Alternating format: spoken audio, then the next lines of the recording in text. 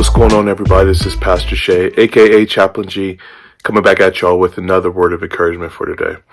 So, y'all, I wanted to bring y'all this word of encouragement, man, because, well, first let me offer an apology, because it's been a few days since I've been on here giving this word of God to y'all, and so for that, my bad. But, it's been a crazy whirlwind few days. So, left Arizona on Thursday, drove about halfway to Vegas, drove the rest of the way the next day, went to work the very next morning on Saturday night, took a short nap, got up like at midnight, went on a 24-hour fishing trip, and just got back from that at midnight last night. So it's been a wild whirlwind few days.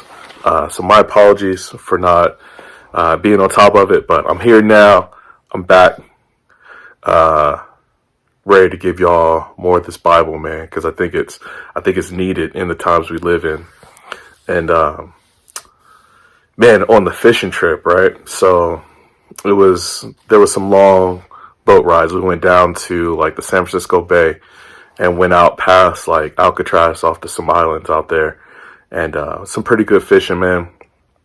But during those long boat rides, in between trying to take some short naps and try not to get seasick too bad, have some time to think just about God, about this channel, just about what God's going to do with it, man, trying to glorify God in the midst of all of it. But as I was sitting there thinking about it, man, like two different thoughts came to my head. One, man, the majesty of creation and its beauty, it belongs to the Lord. Like, hands down, man. It's just, it's so beautiful. But as you're out there on sea and as you're out there on a boat, right, it is chaotic. It is pure chaos. Like, I see why the ancients, like, why they were so like hesitant of being on the seas, because, man, water and wind, when they go together, it just makes for, you just don't know what's going to happen. It's just almost like the closest thing we can get to just random destructive chaos. And so, of course, while we were out there, it's the bay, so all kind of weather is coming. And it just got me thinking about when Jesus was in the boat and he's with his disciples. So I wanted to read that verse to y'all today, just so y'all can, man, maybe get a glimpse of what I was thinking while I was on the boat. So this is in Mark chapter 4.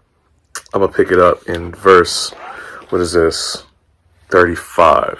Y'all check this out.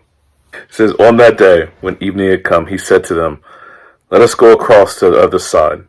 And leaving the crowd, they took him with them in the boat, just as he was. And the other boats were with him. And a great windstorm arose, and the waves were breaking into the boat, so that the boat was already filling. But he was in the stern, asleep on the cushion. And they woke him and said, 'Teacher, do you not care that we are perishing?' And he awoke and rebuked the wind and the sea and said, 'Peace, be still.' And the wind ceased, and there was great calm. And he said to them, 'Why are you so afraid? Have ye still no faith?' And they were filled with great fear and said to one another, 'Who is this then, that even the wind and the sea obey him?'" So, there was a couple of times when we were out there on the boat, and man, the wind is like blowing across your face, and it's blowing across the water, and the boat is like, it's trying to skip on top of the water, but it's so random. Sometimes it jostles to the side. Sometimes we're going somewhat vertical. Sometimes we're crashing back down. And there was a couple of times when, I'm trying to sleep, and the the lack of gravity is like lifting me off my seat and like crashing me back down. And one, for Jesus to be asleep in the boat was like, he must have been tired, right? Two, there's a lot of people that will take this passage and say, God will calm all of the storms in our life. And I don't think that's quite the purpose of that passage. Here's what I think the purpose of that passage was. God is in an absolute control of everything, including chaos. There's nothing that God's not in control of. He is in control of everything. And so Jesus, in this passage, proving himself to be God, because after all, like, he's the one that created the wind and the sea, right? So obviously he can tell them to chill out. Yes, in all extents and purposes, man, God can calm any storm in your life. But more than that, he wants to be in control of your life. He wants to have absolute dominion on every part of your life. And if the wind and the sea will obey God, how come we can't? That's my word of encouragement for today, man. What is it about our rebellion that we just find we enjoy rebelling against God when all of creation is subject to him? We want to be different.